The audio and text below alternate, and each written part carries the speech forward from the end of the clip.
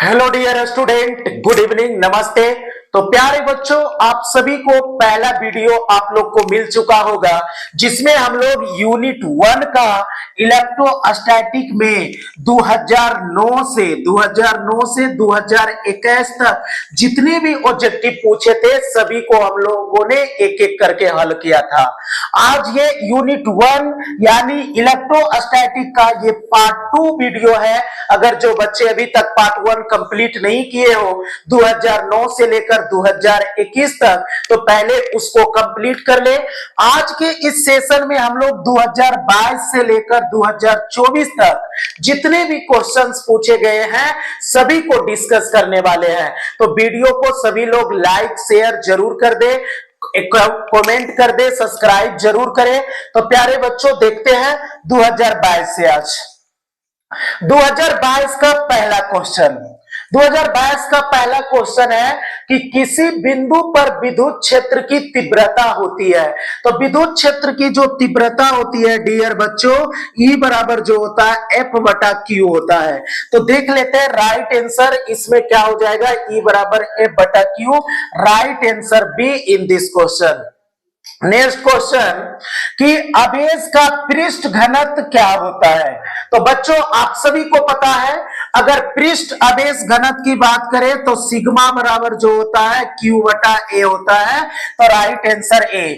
जबकि रेखीय आवेश घनत्व की बात करेंगे तो लेमडा बराबर Q बटा L। अगर आयतन आवेश घनत्व की बात करेंगे तो रो बराबर Q बटा B। ये तीनों इक्वेशन को आप याद रख सकते हो। अगले क्वेश्चन को और देखते हैं हम लोग कि गोलीय संधारित्र की धारिता क्या होती है। आपको तीन प्रकार की संधारित्र, समांतर के लिए आपको C बराबर एप्सिलॉन नॉट A बटा D बताई गई। जबकि यहां गोलीय का पूछ रहा है तो गोलीय की धारिता C बराबर 4 pi epsilon not R1 into R2 बटा R2 माइनस R1 होता है। तो ये right answer option number B. अगले नेक्स्ट क्वेश्चन की ओर हम लोग देखते हैं। तो नेक्स्ट क्वेश्चन क्या है, निम्नलिखित में कौन इलेक्ट्रॉन के आवेश के लिए सही है। तो इलेक्ट्रॉन पर जो आवेश होते हैं बच्चे वो कितना होता है, 1.6 गुने 10 पे पावर माइनस 19 कूलम का आवेश होता है। तो इतना का आवेश इलेक्ट्रॉन्स के ऊपर होते हैं। इसी को हम लोग मूल आवेश बोल भी सकते हैं, मूल आवेश, या इसी को हम लोग बोल सकते हैं न्यूनतम आवेश। कौन सा आवेश, न्यूनतम आवेश। तो ये डियर बच्चों आप सभी लोग याद रखोगे। अगले नेक्स्ट क्वेश्चन, अल्फा कण का उदाहरण है, यानी अल्फा कण क्या होता है। तो आप सभी को पता है कि हीलियम के नाभिक को हम लोग कहते हैं अल्फा कण। तो इसमें राइट आंसर क्या हो जाएगा, हीलियम का नाभिक। इससे एक चीज और पूछ सकता है कि अल्फा कण का आवेश क्या होता है बच्चों। तो Q बराबर 3.2 गुने 10 के पावर माइनस 19 कूलम होता है। तो ये भी आप चीजें को याद रखोगे। अगले नेक्स्ट क्वेश्चन 2023 में अब देख लेते हैं कितने क्वेश्चन पूछे गए हैं। तो एक एक को देखते हैं। पहला क्वेश्चन, प्रवैधुता का एसआई मात्रक। आपको अगले वीडियो में भी बोला गया था एप्सिलॉन नॉट को ही विद्युतशीलता, प्रवैधुता, निर्वात की प्रवैधुता, ये सारे बात कहते हैं। और इसका दो मात्रक होता है, एक होता है फैराड बटा मीटर, ये भी याद रखोगे। एक होता है coulomb square newton inverse metre minus 2। तो देख लेते हैं कौन सा ऑप्शन में हो जाएगा, coulomb square newton inverse metre minus 2, D answer. Next अगले क्वेश्चन की ओर देखते हैं कि आवेशित संधारित्र के ऊपर कुल आवेश। डियर बच्चों, नेक्स्ट अगले जो वीडियो था उसमें जो बताया गया था कि ये संधारित्र के एक पर जितना प्लस उतना ही क्या होता है, माइनस। अगर Q नेट की बात करें कुल आवेश की, तो कुल आवेश जो होता है संधारित्र के ऊपर वो 0 होता है, क्योंकि इसको हम लोग कहते हैं संग्राहक पट्टिका, इसको संग्राहक, और इसको हम लोग कहते हैं संगणक पट्टिका। और दोनों पट्टिकाओं के ऊपर कुल आवेश जो होता है 0 होता है। तो right answer A in this question. अगले नेक्स्ट क्वेश्चन कि वायु में स्थिर इकाई धन आवेश से निकलने वाला फ्लक्स क्या होगा। तो फ्लक्स के लिए आपको पता है कि फ्लक्स जो होता है किसी भी आवेश का किसी भी आवेश का 1/ε0 गुना। तो ऑप्शन देख लेते हैं, 1 इसी को 1/ε0 को अगर लिखेंगे बच्चे तो ε0 को ऊपर तो इनवर्स में होगा, ये हो जाएगा। तो right answer A in this question. अगले क्वेश्चन कि प्रति इकाई आवेश पर लगने वाला बल को क्या कहते हैं? प्रति, जैसे आप एक इक्वेशन जानते हो, E बराबर F बटा Q, E बराबर F बटा Q। अब बताओ, इसको हम लोग बोल सकते हैं कि प्रति एकांक, इसको प्रति एकांक आवेश पे लगने वाला बल है, और इसी को हम लोग क्या कहते हैं? विद्युत क्षेत्र कहते हैं। क्या कहते हैं? विद्युत क्षेत्र। तो राइट आंसर क्या हो जाएगा? सी। अगले नेक्स्ट क्वेश्चन की ओर देखते हैं कि विद्युत क्षेत्र रेखा जाल से जानकारी प्राप्त होती है। डियर बच्चे, इसमें बहुत बच्चे कंफ्यूज हो जाते हैं। तो देखो, विद्युत क्षेत्र रेखा अगर पढ़े होगे तो आपको पता है कि प्लस रहा तो विद्युत क्षेत्र रेखा निकलकर अनंत तक जाएगी, माइनस रहा तो विद्युत क्षेत्र रेखा अनंत से शुरू होकर सतह पर खत्म होगी। यानी ये जा रहा है और ये आ रहा है, तो दिशा का भी पता चला। प्लस रहा तो जाएगा, माइनस रहा तो आएगा, तो प्रकृति का भी पता चलता है। अगर रेखाएं पास पास होती है तो शक्ति का भी पता चलता है। तो इसके लिए इसमें आपका सभी हो जाएगा, क्षेत्र की शक्ति भी, आवेश की प्रकृति भी, दिशा का भी। इसके लिए इसमें डी, इनमें से सभी। अगले नेक्स्ट क्वेश्चन की ओर देखते हैं। दो आवेशों के बीच लगने वाला जो विद्युत बल नियंत्रित की जाती है वो किसके द्वारा दिया जाता है? तो बच्चों, आपको पता है कि अगर दो आवेश Q1 और एक Q2 दोनों के बीच का दूरी अगर r है तो इस पे कितना बल लगता है, इसको बताने के लिए कूलम साहब ने एक नियम दिया, और वो नियम था Fe बराबर K Q1 Q2 बटा R स्क्वायर, यानी किसके नियम से? कूलम के नियम से। तो राइट आंसर डी। नेक्स्ट अगले क्वेश्चन की ओर देखते हैं। तो अगला क्वेश्चन हमारा क्या है? बिंदु आवेश के कारण r दूरी पर विद्युत विभव का मान होता है। तो क्या होता है? आपको विद्युत विभव का पता होना चाहिए, 1/4πε0 Q बटा R होता है, लेकिन दूरी से रिलेट करके केवल पूछा है, तो भी व्युत्क्रमानुपाती 1/r हो जाएगा। तो बच्चा क्या हो जाएगा? दूरी के व्युत्क्रमानुपाती होता है, तो दूरी के व्युत्क्रमानुपाती बी इज राइट आंसर। अगले क्वेश्चन की ओर देखते हैं। अगर दो आवेश के बीच की दूरी बढ़ाई जाए तो उनकी वैद्युत स्थितिज ऊर्जा क्या होगा? बहुत अच्छा क्वेश्चन है कि दो आवेश हैं, एक को Q1 बोल दो, एक को Q2 बोल दो, दोनों के बीच की दूरी r। वैद्युत स्थितिज ऊर्जा एनर्जी का जो फॉर्मूला होता है 1/4πε0 Q1 Q2 बटा r। अब क्या बोला गया है बच्चा कि दूरी को क्या कर दीजिए, ये दूरी जो है इसको बढ़ाइए। तो देखो, दूरी से भागा पड़ रहा है, अब दूरी जितना बढ़ाओगे एनर्जी उतना ही क्या हो जाएगा? घट जाएगा, क्योंकि ज्यादा से भागा देने पर एनर्जी ऑटोमेटिकली घटेगा। तो right answer A in this question. अगले क्वेश्चन कि 6 माइक्रोफैराड धारिता के 3 संधारित्र उपलब्ध है, इनके द्वारा प्राप्त न्यूनतम एवं अधिकतम धारिता क्या होगी? तो डियर बच्चे, कितना माइक्रोफैराड का? 6 माइक्रोफैराड का। कै संधारित्र है? 3 संधारित्र है। तो अधिकतम प्राप्त कर लो। अधिकतम प्राप्त करने के लिए आप सभी को बताया गया था कि अधिकतम धारिता प्राप्त करने के लिए उसे समांतर क्रम में जोड़ते हैं। तो 6 + 6 + 6 यानी 18 माइक्रोफैराड, ये अधिकतम आएगा। ये क्या आएगा? अधिकतम। जबकि अगर न्यूनतम निकालना है तो श्रेणी क्रम, न्यूनतम के लिए, किसके लिए? न्यूनतम के लिए श्रेणी। तो श्रेणी कर का इक्वेशन 1/C1 + C2 करके होता है, तो डायरेक्ट हम लिख रहे हैं 1/6 + 1/6 + 1/6, 6 एलसीएम ले लेते हैं तो ऊपर 3 यानी 2 माइक्रोफैराड। तो राइट आंसर जो होगा न्यूनतम 2, अधिकतम 18। तो 2 और 18 ऑप्शन में देख लेते हैं, C is the right answer in this question. अगले क्वेश्चन, बांडी ग्राफ जनित्र एक ऐसी युक्ति है जिसके द्वारा उत्पन्न होता है। तो बांडी ग्राफ जनित्र जो एक डिवाइस है उसके द्वारा कई लाख वोल्ट का विभवांतर उत्पन्न की जाती है।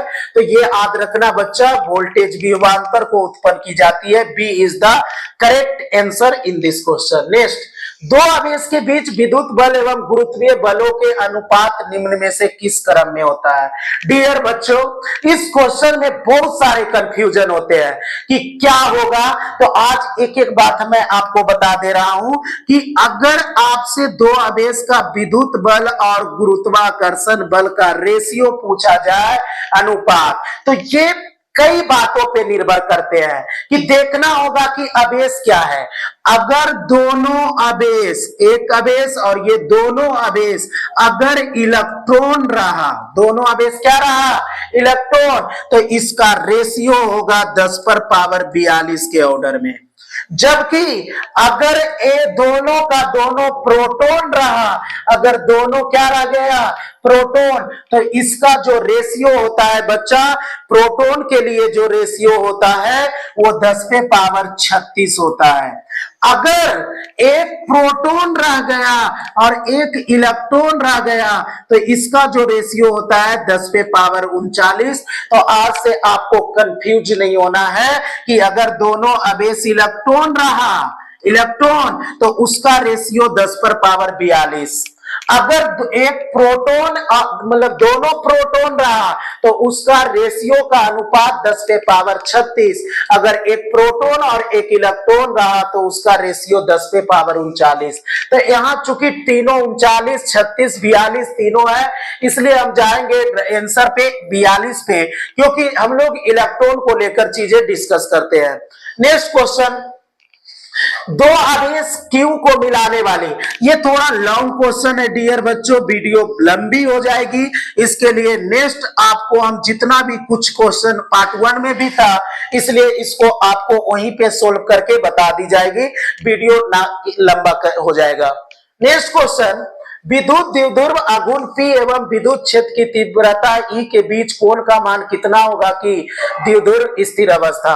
बच्चों आपको पता है कि ये विद्युत क्षेत्र होता है, ये विद्युत क्षेत्र, अगर इसके अंदर कोई अगर डायपोल रख दी जाए, अगर कोई डायपोल अगर यहां पे, यानी एक प्लस चार्ज और एक क्या? माइनस चार्ज, तो क्या होगा? इस विद्युत क्षेत्र के कारण इस पे बल लगेगा, जिसके कारण ये बल आघूर्ण कहलाएगा, रोटेशन होगा। तो बोल रहा है कि कोण कितना? विद्युत द्विध्रुव आघूर्ण की दिशा जो होती है माइनस आवेश से प्लस आवेश की ओर होती है। तो पूछ रहा है कि विद्युत क्षेत्र और विद्युत द्विध्रुव आघूर्ण के बीच कोण कै डिग्री होना चाहिए? तो वो साम्य अवस्था में, यानी रेस्ट विराम में रह जाए। तो अगर ये रोटेट करके अगर ऐसे हो जाए, एकदम इस तरह से हो जाए, एक माइनस और एक प्लस, तो जितना इधर प्लस लगेगा उतना माइनस इधर लगेगा, यानी पाई का मान होने मतलब कोण पाई डिग्री होना चाहिए, 180 डिग्री होना चाहिए। नेक्स्ट अगले क्वेश्चन, निम्नलिखित में कौन भौतिक राशि सदिश है? तो सदिश कौन होगा इसमें बच्चा? विद्युत क्षेत्र की तीव्रता जो है एक सदिश राशि है। तो right answer in this question. अगले क्वेश्चन की ओर बढ़ते हैं, 2024 में देखते हैं कितना क्वेश्चन पूछा गया है। तो आवेश रेखीय घनत्व का मात्रक, तो रेखीय आवेश घनत्व का फॉर्मूला होता है लैम्डा बराबर Q बटा L, तो Q कूलम बटा मीटर, तो कूलम बटा मीटर देख लिया जाए, कूलम राइट आंसर ए। तो नेक्स्ट अगले क्वेश्चन की ओर हम लोग देखेंगे। अगले क्वेश्चन, तो अगला क्वेश्चन बोल रहा है विद्युत क्षेत्र की तीव्रता का बीमीय सूत्र।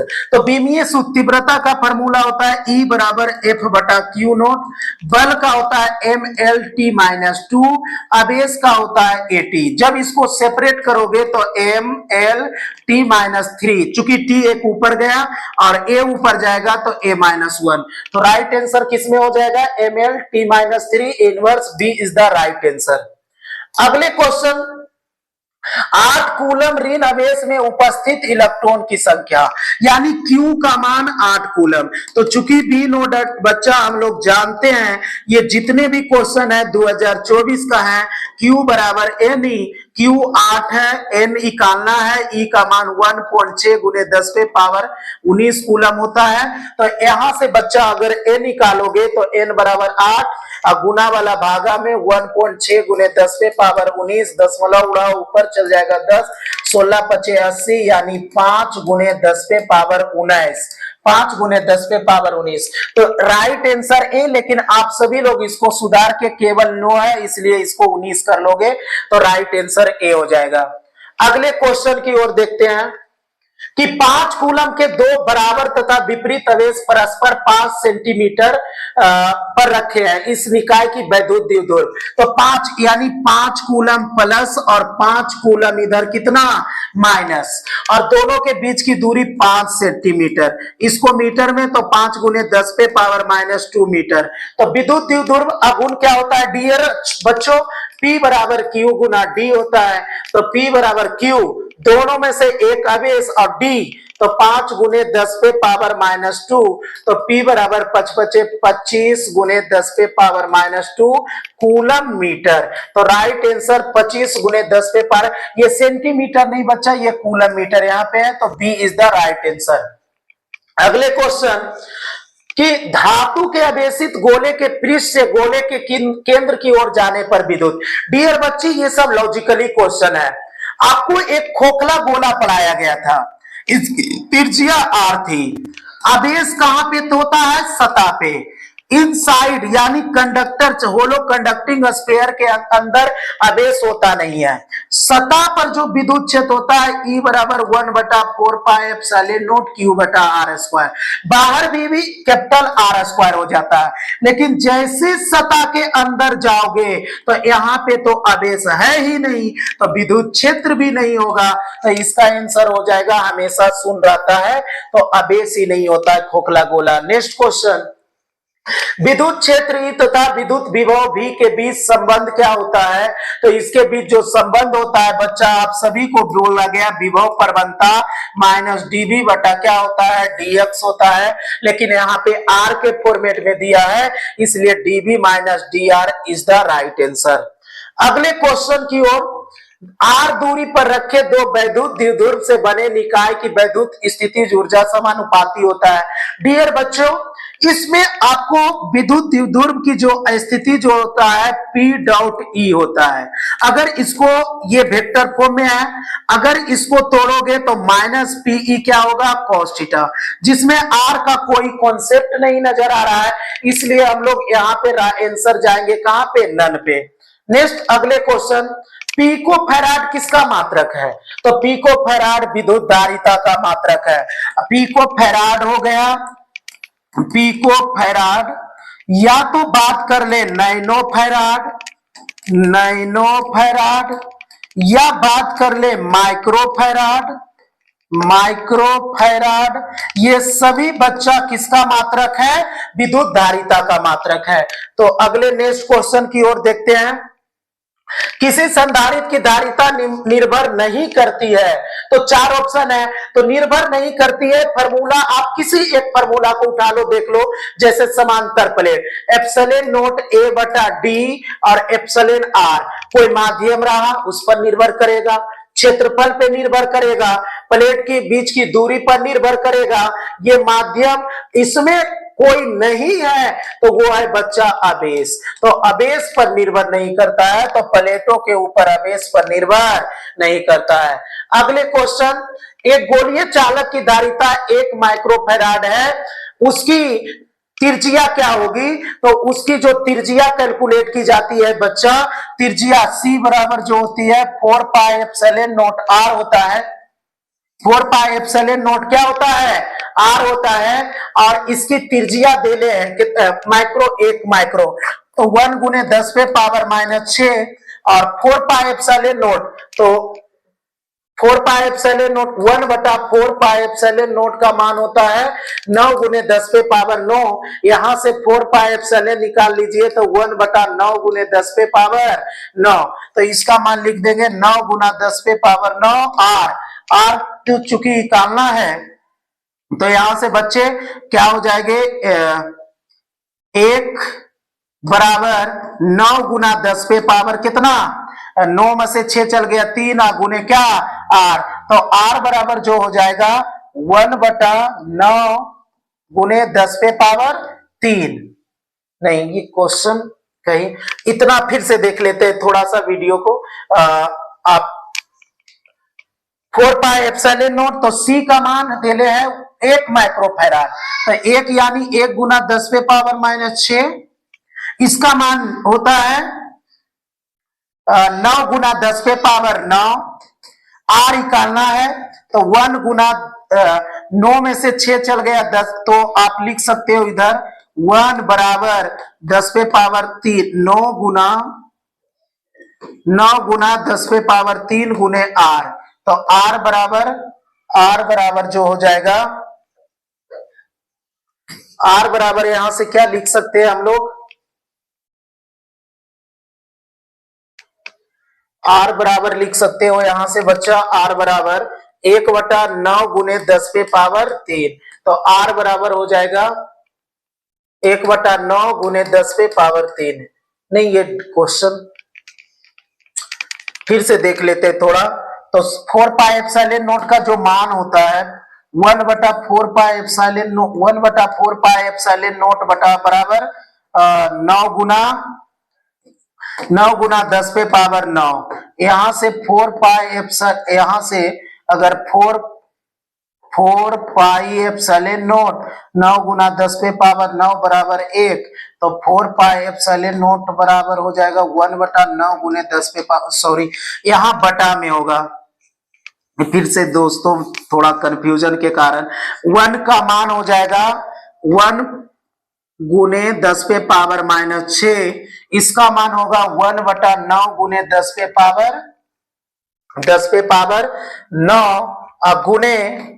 गुने आर निकालना है, तो यहां से तिरछा तिरछी गुना 1 गुना 9, तो 9 और 10 ये करोगे तो 10 में पावर कितना 3 बराबर आर, तो इसी को लिख सकते हैं 9, 3 को किलोमीटर, थोड़ा आप देख लोगे तो 9 किलोमीटर इसका राइट आंसर।